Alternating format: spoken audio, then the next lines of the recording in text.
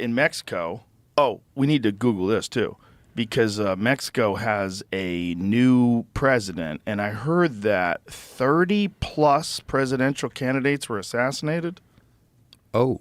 That might be just a TikTok meme. So I have to find out. So let's find out in real time. But the reason why the sky is so cloudy looking, that's smoke from wildfires in Mexico. Oh, wow. Yeah, they did a controlled burn, and they go, whoops. Oh, boy. They whoopsied. Whoops. Listen, 37, excuse me.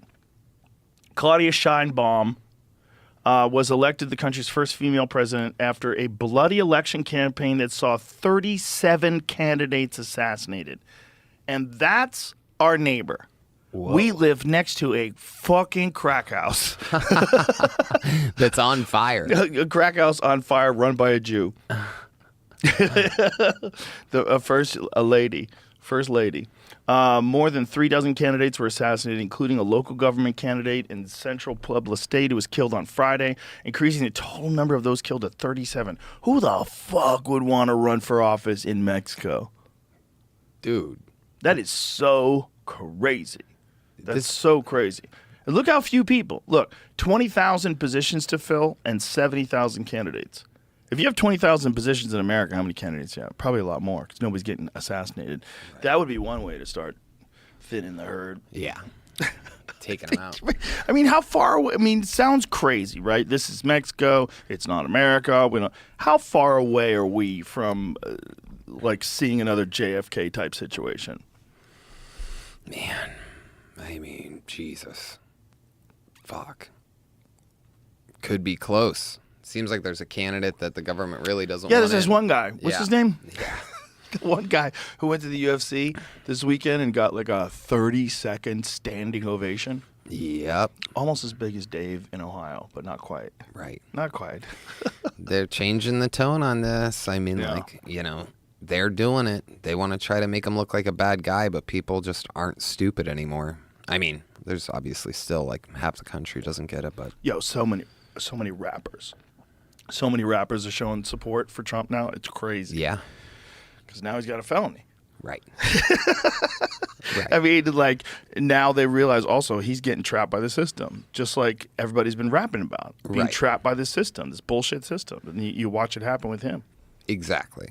Yeah, I was just talking about this. It's like I don't think they were counting on the black voter being like, hey, they just fucked that guy. That's what they do to us. Yeah, this is what they do to everybody, and they pretend they're there for you while they're letting in immigrants. And you know what, man? Here's the problem. Here's the real problem. Republicans won't be the solution either, kids. The problem is people in a position of power. The Republicans seem like they are your solution, but it's just because the people in power right now are the Democrats. Whenever the Democrats are out and the Republicans are in, everybody is dying for a Democrat. I remember when Bush was president, after the second term, everybody was like, good Lord, can we get a fucking reasonable Democrat in here before this country goes Christian nationalist and goes crazy and starts every war? Yeah. And then Obama comes in like, things are going to be great. But it kind of seems like kind of the same, and the whistleblower protection that he promised, actually probably like one of the worst on whistleblowers ever. Drone strikes, kind of a shitload of drone strikes. Yeah. The whole thing was bonkers. It's just the same structure with a different face. It's Bill Hicks's joke. Bill Hicks's joke about, I think the puppet on the left is to my liking. Yeah. Well, I'm more aligned with the puppet on the right. Hey, there's one guy and he's holding both puppets. That's what we're dealing with. We're dealing with money. Mm-hmm. We're dealing with money and power. And if you think that's where a person like a Trump character does make a difference, though, because he truly does not give a fuck. And especially now, after all they've done to him, just all the things he survived. Yeah. You gotta think this guy was beloved until he's about 70 years old. Yeah. And that's when he starts running for president.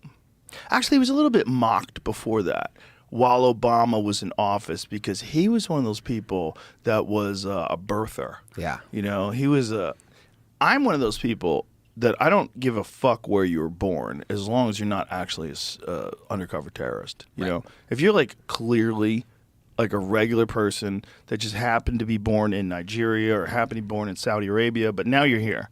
You went to school here. You got friends here. You got family here. You love it here. America's the shit. You can be president. Like, I don't really think that you have to be born on a certain patch of dirt to run it.